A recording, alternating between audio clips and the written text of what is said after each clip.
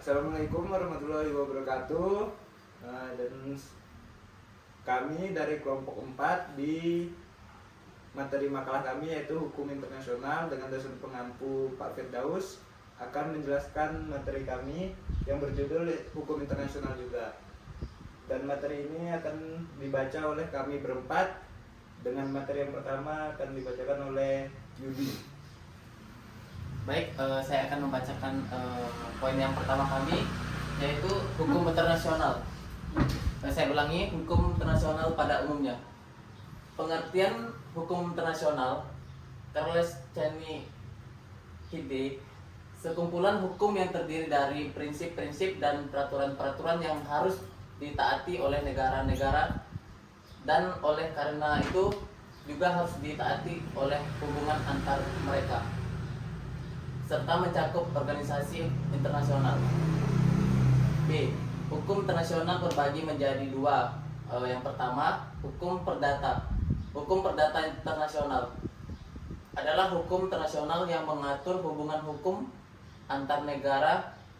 Saya ulangi, hukum antar warga negara dengan warga negara lainnya. Hukum publik internasional adalah hukum internasional yang mengatur negara yang satu dengan negara lainnya. Yang C. Asas-asas yang berlaku dalam hukum internasional. Yang pertama, asas teritorial. Yang kedua, asas kebangsaan. Yang ketiga, asas kepentingan umum. Daya mengikat hukum internasional. Ada 2 poin. Yang pertama, keberadaan dan kekuatan hukum internasional. Memahami hukum harus dimaknai secara luas, di mana dalam hukum merupakan sebuah nilai-nilai, rasa keadilan, kebenaran, dan kesadaran. Bisa jadi tertulis dan tidak tertulis. Poin yang B, daya meningkat hukum internasional. Hukum berasal dari alam dan diturunkan oleh alam kepada manusia melalui akal dan rasionalnya, bersifat universal, abadi. Baik, saya akan serahkan kepada teman saya berikutnya untuk membacakan poin yang berikutnya. Baiklah, saya akan melanjutkan materi kami, yaitu ada subjek-subjek hukum internasional. Yang pertama itu ada subjek hukum pada umumnya, terdiri dari 2. Yang pertama, individu atau natural person. Yang kedua, badan hukum atau legal person. Kemudian untuk subjek hukum internasional, yang pertama negara, yang kedua organisasi publik internasional, yang ketiga International Non-Government Organization atau INGO. Kemudian negara harus memiliki a defined territory, kemudian memiliki a permanent population, kemudian memiliki pemerintahan atau government, kemudian memiliki kemampuan untuk melakukan hubungan internasional dengan negara lain, atau capability to enter into relation with other states. Kemudian ada di wilayah negara. A. Bagian-bagian wilayah negara: darat, perairan, laut, dan udara. B. Kawasan perairan laut atau UNCLOS 1982. Garis pangkal hingga normal atau biasa, itu lurus dan kepulauan. Laut teritorial 12 mil laut dari garis pangkal. Kemudian laut tambahan 24 mil laut dari garis pangkal. Kemudian zona ekonomi eksklusif 200 mil laut dari garis pangkal. Dan yang terakhir, landas kontingen.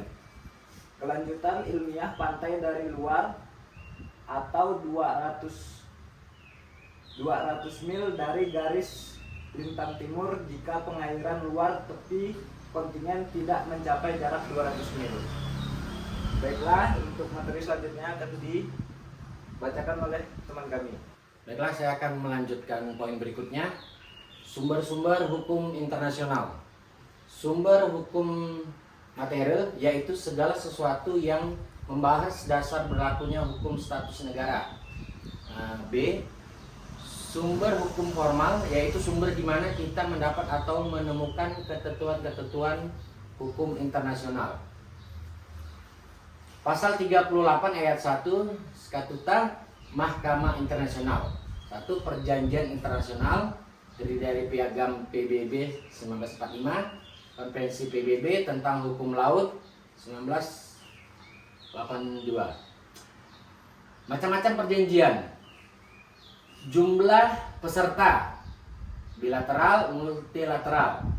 Selanjutnya kaedah hukum yang timbul, umum, khusus, jangka waktu, terbatas, dan tidak terbatas. Baiklah, selanjutnya akan dilanjutkan poin berikutnya dari rekan kami. Terima kasih. Baiklah, saya akan melanjutkan pembacaan materi kami, yaitu tentang yurisdiksi negara dalam hukum internasional. Yang pertama, pengertian yurisdiksi. Kekuasaan atau kewenangan dari suatu dari suatu negara untuk menetapkan dan memaksakan hukum yang dibuat oleh negara itu sendiri, atau termasuk di dalamnya aturan tentang batas-batas negara. Unsur-unsur yurisdiksi yaitu: 1. Hak, kekuasaan atau wewenang atau mengatur. Yang kedua, objek, tidak semata-mata masalah dalam negara. Yang ketiga, hukum internasional. Macam-macam yurisdiksi. Yang pertama, yurisdiksi negara atas hak, kekuasaan dan wewenang. Yurisdiksi legislatif, yurisdiksi eksekutif, dan yurisdiksi yudikatif. Yang kedua, negara dan objek, yaitu yurisdiksi personal, yurisdiksi keadaan, dan yang ketiga, yurisdiksi kriminal dan sipil. Baiklah, demikian materi kami mengenai hukum internasional. Jika ada kekurangan, kami mohon maaf. Wassalamualaikum warahmatullahi wabarakatuh.